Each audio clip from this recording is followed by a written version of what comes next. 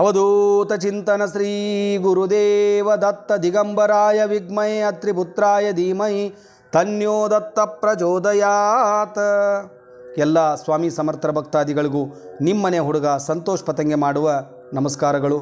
ವೀಕ್ಷಕರೇ, ಎಕ್ಸ್ಪೀರಿಯನ್ಸ್ಗಳು ತುಂಬಾ ಇರ್ತವೆ. ಒಂದೊಂದು ಎಕ್ಸ್ಪೀರಿಯನ್ಸು ತುಂಬಾ ಮನಸ್ಸಿಗೆ ಮುದ ಕೊಡುವಂಥವು ಅಥವಾ ಮೋಟಿವೇಟ್ ಮಾಡುವಂಥ ಎಕ್ಸ್ಪೀರಿಯನ್ಸ್ಗಳು ಇರ್ತವೆ. ಅಂಥ ಒಂದು ಎಕ್ಸ್ಪೀರಿಯನ್ಸ್ನಲ್ಲಿ ಈ ಒಂದು ಎಕ್ಸ್ಪೀರಿಯನ್ಸು ತುಂಬಾ ಮುಖ್ಯವಾಗಿರ್ತಕ್ಕಂತಹದ್ದು. ಈ ಎಜುಕೇಷನ್ನಲ್ಲಿ ಭಾಗವಹಿಸಿರ್ತಕ್ಕಂಥ ಅಥವಾ ವಿದ್ಯಾಭ್ಯಾಸ ಕಲಿಯಿರತಕ್ಕಂತಹ ಅವರಿಗೆ ಇದು ತುಂಬ ಉಪಯುಕ್ತ ಆಗುತ್ತೆ. ಓಕೆ, ಈ ಒಂದು ಎಕ್ಸ್ಪೀರಿಯನ್ಸ್ ಬಂದು ಶ್ರೀನಿಧಿ ಅಂಥೇಳಿ ಒಬ್ಬ ಹೆಣ್ಣು ಮಗುವಿನ ಕಥೆ. ಇದು ಮೂಲತಃ ಕೊಲ್ಲಾಪುರದ್ದು. ಇವರು ಈಗ ನೋಡಿ, ನಮ್ಮ ವಿಡಿಯೋಗಳು ಯಾವುದೇ ವಿಡಿಯೋಗಳು ನಮ್ಮ ಸ್ವಂತ ವಿಡಿಯೋಗಳಲ್ಲ. ಇವು ಮಹಾರಾಷ್ಟ್ರದಿಂದ ಮರಾಠಿಯಲ್ಲಿ ಟ್ರಾನ್ಸ್ಲೇಟ್ ಆಗಿರ್ತಕ್ಕಂಥ ಅವುಗಳನ್ನು ಕನ್ನಡಕ್ಕೆ ನಾನು ಅನುವಾದ ಮಾಡೋದು ನನ್ನ ಕೆಲಸ. ಇದು ಶತಸಿದ್ಧ. ಯಾವುದೇ ಒಂದು ಕತೆ ನನಗೆ ಸಂಬಂಧಪಟ್ಟಿರ್ತಕ್ಕಂಥದ್ದಲ್ಲ. ಎಲ್ಲ ಭಕ್ತಾದಿಗಳ ಕಥೆನೇ ಅಥವಾ ನಾವು ಕ್ರಿಯೇಟ್ ಮಾಡಿರ್ತಕ್ಕಂಥದ್ದೂ ಅಲ್ಲ. ಸೊ ಇವತ್ತು ಶ್ರೀನಿಧಿಯವರ ಒಂದು ಅದ್ಭುತವಾಗಿರ್ತಕ್ಕಂಥ ಕಥೆ ಇದು. ನೀವು ಸಂಪೂರ್ಣವಾಗಿ ಕೇಳಿಸ್ಕೊಳ್ಳಿ. ಶ್ರೀನಿಧಿಯವರು ಮೂಲತಃ ಕೊಲ್ಲಾಪುರದವರು. ಇವರು ಸ್ವಾಮಿ ಸಮರ್ಥರಿಗಾಗಲಿ ಇವ್ರಿಗಾಗಲಿ ಯಾವಾಗೂ ಇವರು ಅಕ್ಕಲಕೋಟೆಗೆ ಹೋದವರು ಅಲ್ಲ, ಗಾಣಗಾಪುರಕ್ಕೆ ಹೋದವರು ಅಲ್ಲ, ಯಾವ ದೇವಸ್ಥಾನಕ್ಕೂ ಹೋದವರಲ್ಲ. ಇವರ ಡ್ಯೂಟಿ ಏನಪ್ಪ ಅಂತಂದರೆ ಬೆಳಿಗ್ಗೆ ಒಂದು ಅರ್ಧ ಗಂಟೆ ಶ್ರೀ ಸ್ವಾಮಿ ಸಮರ್ಥ, ಜೈ ಜೈ ಸ್ವಾಮಿ ಸಮರ್ಥ ಅನ್ನೋ ಬೀಜ ಮಂತ್ರ. ಸೊ ತಕ್ಕ ಮಟ್ಟಿಗೆ ಸ್ವಾಮಿಯ ಸೇವೆ, ಗುರುವಾರಕ್ಕೆ ಒಂದು ದಿವಸ ಉಪವಾಸ ಮಾಡೋದು, ಇದು ಇವರ ಒಂದು ಕೆಲಸ. ಸೊ ಇವರಿಗೆ ಏನಾಗೋಗ್ಬಿಡುತ್ತೆ, ಬಡತನ ತುಂಬ ಮನೆಯಲ್ಲಿ, ಜಾಸ್ತಿ ಸೇವೆ ಮಾಡೋಕ್ಕೂ ಆಗಲ್ಲ. ಕಷ್ಟಪಟ್ಟು ಸೆಕೆಂಡ್ PUC ವರೆಗೂ ಎಜುಕೇಷನ್ ಆಗಿರುತ್ತೆ. 3 ಜನ ಹೆಣ್ಮಕ್ಳು ಇರ್ತಾರೆ. ಇವರು 3 ಜನ ಹೆಣ್ಮಕ್ಳಿಗೂ ತಂದೆ ತಾಯಿದು ಒಂದೇ ಒಂದು ಚಿಂತೆ, ಆದಷ್ಟು ಬೇಗ ಮಕ್ಕಳ ಮದುವೆ ಮಾಡಿ ಮುಗಿಸ್ಬಿಡೋಣಪ್ಪ ಅಂಥೇಳಿ. ಅದರ ಪ್ರಕಾರ ಇವರ ದೊಡ್ಡ ಅಕ್ಕನ ಮದುವೆನ ಮಾಡಿರ್ತಾರೆ.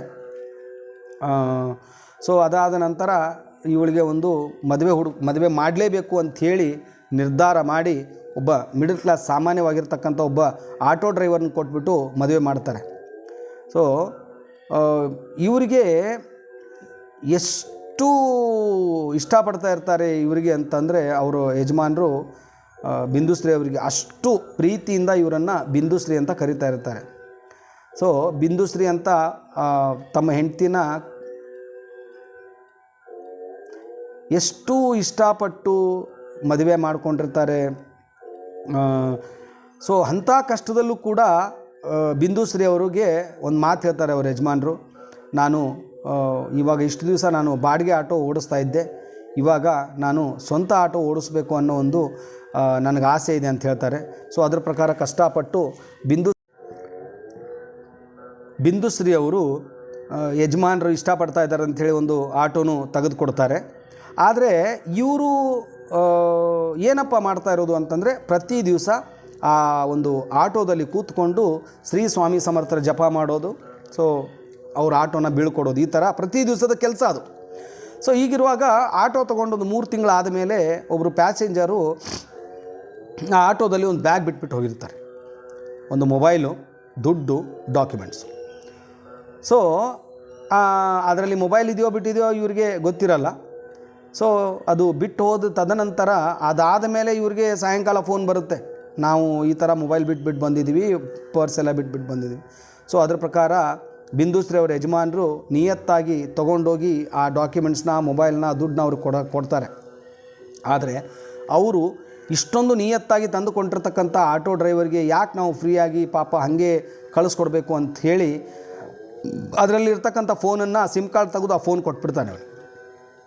ಸೊ ಆ ಫೋನ್ನ ತೊಗೊಂಡು ಬಿಂದುಶ್ರೀ ಅವರ ಯಜಮಾನರು ಮನೆಗೆ ಬರ್ತಾರೆ. ಈ ಥರ ಹಿಂಗೆ ನಡೀತು, ಈ ಫೋನು ನೀನೇ ಇಟ್ಕೊಂಡ್ಬಿಡು ಅಂಥೇಳಿ ಆ ಒಂದು ಫೋನ್ನ ಅವ್ರಿಗೆ ಕೊಡ್ತಾರೆ. ಬಿಂದುಶ್ರೀ ಅವರು ಹೇಳ್ತಾ ಇರ್ತಾರೆ, ಇಲ್ಲ ನಾನು ಕೂಡ ಇನ್ನು ಮುಂದೆ ಕೆಲಸಕ್ಕೆ ಹೋಗ್ತೀನಿ ಅಂಥೇಳಿ ಪ್ರತಿ ದಿವಸ ಬೇರೆದವ್ರ ಮನೆಗೆ ಹೋಗಿ ಅಡುಗೆ ಮಾಡೋದು, ಪಾತ್ರೆ ಉಜ್ಜೋದು, 3 ಮನೆಗಳ ಕೆಲಸ ಮುಗಿಸ್ಕೊಂಡು ಬಂದು ಫ್ರೀ ಆಗಿದ್ದಾಗ ಆ ಮೊಬೈಲಲ್ಲಿ ಸ್ವಾಮಿಯ ಬಗ್ಗೆ ಕೇಳೋದು, ಸ್ವಾಮಿಯ ಸೇವೆಗಳನ್ನು ಕೇಳೋದು, ಈ ಥರ ಇರುತ್ತೆ. ಸೊ ಇದು ಏನಾಗೋಗ್ಬಿಡುತ್ತೆ, ಒಂದು ದಿವಸ ಆ ಮೊಬೈಲಲ್ಲಿ ತಾರಕ ಮಂತ್ರದ ತೀರ್ಥದ ಪ್ರಿಪ್ರೇಷನ್ ಯಾವ ಥರ ಮಾಡಬೇಕು ಅಂಥೇಳಿ ಅದರ ಅನುಭವ ಇವನಿಗಳನ್ನೆಲ್ಲನೂ ನೋಡ್ತಾರೆ. ಯಾಕೆ ಇದನ್ನು ನಾನು ಮಾಡಬಾರ್ದು ಅಂಥೇಳಿ ಒಂದು ಪೇಪರಲ್ಲಿ ತಾರಕ ಮಂತ್ರ ಬರ್ಕೊಂಡು ಅದರ ಪ್ರಕಾರ ಒಂದು ಸೇವೆನ ಸ್ಟಾರ್ಟ್ ಮಾಡ್ತಾರೆ. ಎಷ್ಟು ವಿಶ್ವಾಸ ಇಟ್ಟು ಮಾಡ್ತಾರೆ ಅಂದರೆ 1 ವರ್ಷ ಸತತವಾಗಿ ಮಾಡ್ತಾರೆ. ಆಗಲಿ ಆಗದೇ ಇರಲಿ ನಾನು ಸೇವೆ ಮಾಡಬೇಕು. ಅಷ್ಟರಲ್ಲಿ ಇವರಿಗೆ ಒಂದು ಪುಟ್ಟ ಹೆಣ್ಮಗುನು ಹುಟ್ಟಿರುತ್ತೆ. ತುಂಬ ಸುಖ ಸಂಸಾರ, ಗಂಡ ಹೆಂಡತಿ, ಒಂದು ಪುಟ್ಟ ಮಗು, ತುಂಬಾ ಸುಂದರವಾಗಿರ್ತಕ್ಕಂಥ ಜೀವನ ಅದು. ಸೊ ಆಗಿದ್ದಾಗ ಏನಪ್ಪ ಹೀಗೆ ಆಗೋಗ್ಬಿಡ್ತಲ್ಲ ನಮ್ಮ ಜೀವನ ಅಂಥೇಳಿ ತುಂಬ ಬೇಜಾರು ಕೂಡ ಮಾಡ್ಕೊಂಡಿರ್ತಾರೆ. ಆಯಿತು ಹೇಳಿ ಬಂದ ಕಷ್ಟನೇ ಎದುರಿಸ್ಕೊಂಡು ಹೋಗ್ತಾ ಇರ್ತಾರೆ. ಒಂದು ದಿವಸ ಅವರ ಮಗಳಿಗೆ ಸಂಬಂಧಪಟ್ಟಿರ್ತಕ್ಕಂಥ ಡಾಕ್ಯುಮೆಂಟ್ಸ್ ತರೋಕ್ಕೆ ಇವ್ರು ಏನು ಮಾಡ್ತಾರೆ ಅಂತಂದರೆ ಮಾರ್ಕೆಟ್ಗೆ ಹೋಗಿರ್ತಾರೆ. ಅಲ್ಲಿ ಬುಕ್ ಸ್ಟಾಲ್ ಮುಂದೆ ಒಂದು ಪೇಪರ್ ಅಂಟಿಸಿರ್ತಾರೆ, ಸೆಕೆಂಡ್ PUC ಕಲ್ತಿರೋರಿಗೆ ಗೌರ್ಮೆಂಟ್ ಜಾಬು ಇದೆ ಅಂಥೇಳಿ ಅಪ್ಲಿಕೇಶನ್ ಹಾಕೋದಿರುತ್ತೆ. ಅದನ್ನು ನೋಡ್ಕೊಂಬರ್ತಾರೆ. ಇವ್ರ ತಲೆಯಲ್ಲಿ ಏನೋ ಒಂದು ಹುಳ ಬರುತ್ತೆ, ನಾನು ಒಂದು ಸೆಕೆಂಡ್ PUC ಕಲ್ತಿದ್ದೀನಿ, ಎಕ್ಸಾಮ್ ಬರೆದು ಬಿಡೋಣ, ಕೆಲಸ ಸಿಕ್ಕರೆ ಸಿಗಲಿ ಬಿಟ್ಟರೆ ಬಿಡಲಿ ಅಂತ. ಸೊ ತಮ್ಮ ಯಜಮಾನ್ರು ಕೇಳ್ತಾರೆ. ಅವ್ರ ಯಜಮಾನ್ರು ಇವರಿಗೆ ಕಾಮಿಡಿ ಮಾಡ್ತಾರೆ, ಏನಮ್ಮ ನೀನು ಕಮಿಷ್ನರು ಎಕ್ಸಾಮ್ ಬರೀತಾ ಇದೆಯಾ ಏನು ಎತ್ತ ಅಂಥೇಳಿ. ತುಂಬ ನೋವು ಆಗುತ್ತೆ. ಕೊನೆಗೂ ಕೂಡ ಅಪ್ಲಿಕೇಶನ್ ಹಾಕ್ತಾರೆ. ಅಪ್ಲಿಕೇಶನ್ ಹಾಕಿ ಇವ್ರು ಮಾಡುವಂಥ ಕೆಲಸ ಏನಪ್ಪ ಅಂದರೆ, ಯಾವಾಗ ಇವರು ಪೇಪರು ಬರೆಯೋಕ್ಕೆ ಅಥವಾ ಪೇಪರ್ ಓದೋಕ್ಕೆ ಅಥವಾ ಅದ್ರ ಬಗ್ಗೆ ಪ್ರಿಪ್ರೇಷನ್ ಆಗೋಕ್ಕೆ ರೆಡಿಯಾಗಿ ಕೂತ್ಕೋತಾರೋ ತಾರಕ ಮಂತ್ರವನ್ನು ಪ್ಲೇ ಮಾಡ್ಕೊಂಡು ಕೂತ್ಕೊಳ್ಳೋದು. ಅದೇ ನಿಶಂಕ ಒಯ್ಯಿರೆ ಮನೆ ಅದನ್ನು ತಾರಕ ಮಂತ್ರ ಕೇಳಿಕೊಂಡು ಪ್ರಿಪ್ರೇಷನ್ ಮಾಡಿಕೊಂಡು ಹೋಗಿ ಎಕ್ಸಾಮ್ ಬರೀತಾರೆ. ಎಕ್ಸಾಮ್ ಬರೆಯೋಕ್ಕಿಂತ ಮುಂಚಿತವಾಗಿ ಆ ಚಿಕ್ಕ ಪೋಸ್ಟಿಗೆ ಎಷ್ಟು ಜನ ಎಕ್ಸಾಮ್ ಬರೆಯೋಕ್ಕೆ ಬಂದಿರ್ತಾರೆ ಅಂತಂದರೆ, ಎಲ್ಲರೂ ಸಿಕ್ಕಾಪಟ್ಟೆ ಕಲ್ತಿರೋರು, ಸಿಕ್ಕಾಪಟ್ಟೆ ಓದಿರೋರು ಆ ಒಂದು ಎಕ್ಸಾಮ್ ಬರೆಯೋಕ್ಕೆ ಬಂದಿರ್ತಾರೆ. ಸೊ ಅಲ್ಲೇ ಇವರು ಏನು ಮಾಡಿಬಿಡ್ತಾರೆ, ಆಯಿತು ನನ್ನ ಕತೆ ಇಷ್ಟೇ, ಇದು ನನಗಿದು ಕೆಲಸ ಸಿಗಲ್ಲ, ಇವ್ರ ಮುಂದೆ ನಾನೇನು ಬರೀತೀನಿ ಅಂಥೇಳಿ ಏನೋ ಬರಿಬೇಕು ಅಂಥೇಳಿ ಪೇಪರ್ ಬರೆದ್ಬಿಟ್ಟು ಬಂದುಬಿಟ್ಟು ಇವ್ರ ಪಾಡಿಗೆ ಇವ್ರು ಇರ್ತಾರೆ. 3 ತಿಂಗಳಾಗತ್ತೆ. ಸೊ ಯಾವುದು ಅಂದರೆ ಇವ್ರಿಗೆ ಪಾಸ್ ಆಗಲ್ಲ ಅಂತ ಇವ್ರಿಗೆ ಆಲ್ರೆಡಿ ಗೊತ್ತಿರುತ್ತೆ. 3 ತಿಂಗಳು ಆದಮೇಲೆ ಒಂದು ಇವ್ರ ಮನೆಗೆ ಒಂದು ಡಾಕ್ಯುಮೆಂಟ್ಸ್ ಬರುತ್ತೆ, ನೀವು ಎಕ್ಸಾಮಲ್ಲಿ ಪಾಸ್ ಆಗಿದ್ದೀರಾ, ನಿಮಗೆ ಕೆಲಸ ಸಿಕ್ಕಿದೆ, ಬಂದುಬಿಟ್ಟು ನೀವು ಆಫೀಸಲ್ಲಿ ವಿಚಾರಣೆ ಮಾಡಿ ಅಂಥೇಳಿ ಒಂದು ಎನ್ವಲಪ್ಪಲ್ಲಿ ಕಾರ್ಡ್ ಬಂದಿರುತ್ತೆ. ಅದನ್ನು ತೊಗೊಂಡೋಗಿ ತುಂಬ ಖುಷಿ, ಅಂದರೆ ಇವ್ರಿಗೆ ಗ್ಯಾರಂಟಿ ಇರಲ್ಲ ಈ ಕೆಲಸ ನನಗೆ ಸಿಕ್ಕಿದೆಯಾ, ಇದೇನು ಫೇಕಾ ಮತ್ತೊಂದ ಅಂಥೇಳಿ. ಕೊನೆಗೂ ಕೂಡ ಹೋಗ್ತಾರೆ. ಹೋದ ಮೇಲೆ ಆ ಎಕ್ಸಾಮು ಅಟೆಂಡ್ ಆಗಿರ್ತಕ್ಕಂಥ ಪೂರ್ತಿ ಡೀಟೇಲ್ಸು ಇವರು ಸಬ್ಮಿಟ್ ಮಾಡ್ತಾರೆ. ಸಬ್ಮಿಟ್ ಮಾಡಿದ ಮೇಲೆ ಸ್ವಾಮಿ ಸಮರ್ಥರ ಕೃಪಾಶೀರ್ವಾದ ಆ ಒಂದು ಊರಲ್ಲೇ ಅವರಿಗೆ ಗೌರ್ಮೆಂಟ್ ಜಾಬ್ ಆಗುತ್ತೆ. ಸೊ ಇಲ್ಲಿ ನಾನು ಹೇಳೋ ಹೊರಟ ವಿಚಾರ ಒಂದೇ, ನಂಬಿಕೆ, ವಿಶ್ವಾಸ, ನಾನು ಮಾಡೇ ಮಾಡ್ತೀನಿ ಅಂತ ಛಲ ನಿಮ್ಮ ಮನಸ್ಸಲ್ಲಿದ್ದರೆ ಖಂಡಿತವಾಗಿಯೂ ಮಹಾರಾಜರು ನಿಮಗೆ ಸಹಾಯ ಮಾಡ್ತಾರೆ. ನಾನು ಸ್ವಾಮಿ ಸೇವೆ ಮಾಡ್ತೀನಿ ಅಂತ ಹೇಳಿಬಿಟ್ಟು ನೀವು ಓದದೇ ಇರೋದೇ ಎಕ್ಸಾಮ್ ಬರೆಯೋಕ್ಕಾಗಲ್ಲ. ಓಕೆ, ಸೊ ನಂದಾದರೂ ಕತೆ ಇದೆ. ನಾನು ಕೂಡ ದತ್ತಾತ್ರೇಯ ಮಹಾರಾಜರ ವಿಗ್ರಹ ನಮ್ಮ ಮನೆಗೆ ಬಂದಾಗ ನಾನು 7 ಗಂಟೆಗೆ ಹೇಳ್ತಾ ಇದ್ದೆ, ಯಥಾಶಕ್ತಿ ಸೇವೆ ಮಾಡ್ತಾಯಿದ್ದೆ, ಅಷ್ಟೇ ಮಾಡ್ತಾಯಿದ್ದೆ.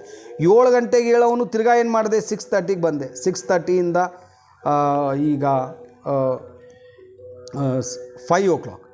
ಹೀಗೆ ಇವಾಗ ಈ ಒಂದು ದೇವಸ್ಥಾನ ಆದ ಮೇಲೆ, ಅಂದರೆ ಪ್ರಾರ್ಥನಾ ಹಾಲ್ ಆದಮೇಲೆ ನೀವು ನಂಬ್ತಿರೋ ಇಲ್ಲ ಗೊತ್ತಿಲ್ಲ ವೀಕ್ಷಕರೇ, I will get it to 3:45. 3 ಗಂಟೆ 45 ನಿಮಿಷಕ್ಕೆ ನಾನು ಎಳ್ಳಲೇಬೇಕು, ಎದ್ದು ಆ ಒಂದು ಕಾಕಡಾರತಿ ಇವುಗಳನ್ನು ಮಾಡಲೇಬೇಕು. ಯಾಕಂದರೆ ಇದು ಸಿಸ್ಟಮ್ ಇದೆ. ಸೊ ಇಲ್ಲಿ ನೋಡಿ, ನಾನು ಕನಸಲ್ಲೂ ಅಂದ್ಕೊಂಡಿರಲಿಲ್ಲ ನಾನು 3:15 3:45ಕ್ಕೆ ಹೇಳ್ತೀನಿ ಅಂತ. ಬಿಕಾಸ್ 3 ಗಂಟೆ 45 ನಿಮಿಷಕ್ಕೆ ಎದ್ದರೆ 4 ಗಂಟೆ 5 ನಿಮಿಷಕ್ಕೆ ಆರತಿ ಸ್ಟಾರ್ಟ್ ಆಗುತ್ತೆ.